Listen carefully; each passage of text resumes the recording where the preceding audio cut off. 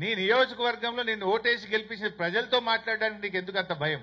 వెళ్ళు, ఆ గ్రామానికి వెళ్ళు, ఆ ప్రజలతో కూర్చో, ఆ ప్రజలతో కూర్చొని మాట్లాడు. పోలీసులను హంగు ఆర్భాటాలు లేకుండా ఆ ప్రజల దగ్గరికి వెళ్ళు, ఆ ప్రజలతో కూర్చొని మాట్లాడి వాళ్ళ సమస్యని పరిష్కరించు. కానీ పోలీసులను ఉపయోగించు, అక్రమ కేసులు పెట్టో నువ్వు బెదిరిస్తే నడవదు. ఏమనంటే కుట్రదారులు, అసలు కుట్రదారుడు నువ్వు. ఫార్మాసిటీ పెట్టి ఇవాళ ఇండస్ట్రియల్ ఎస్టేట్ అని మాట మార్చిన కుట్రదారుడివి నువ్వు. నిజానికి ఇవాళ నువ్వు తప్పు చేసినావు. ఒక ఎమ్మెల్యేగా నువ్వు వాళ్ళ దగ్గరికి వెళ్ళి మాట్లాడాలి, వాళ్ళతో చర్చించాలి. ఇవాళ వాళ్ళు ఏమంటున్నావు? నువ్వు తొండలు గుడ్లు పెట్టేయని అన్నావు. అక్కడ మహిళలు పిల్లలు వెళ్ళి బ్రహ్మాండమైన పచ్చటి పొలాలు చూపిస్తున్నారు.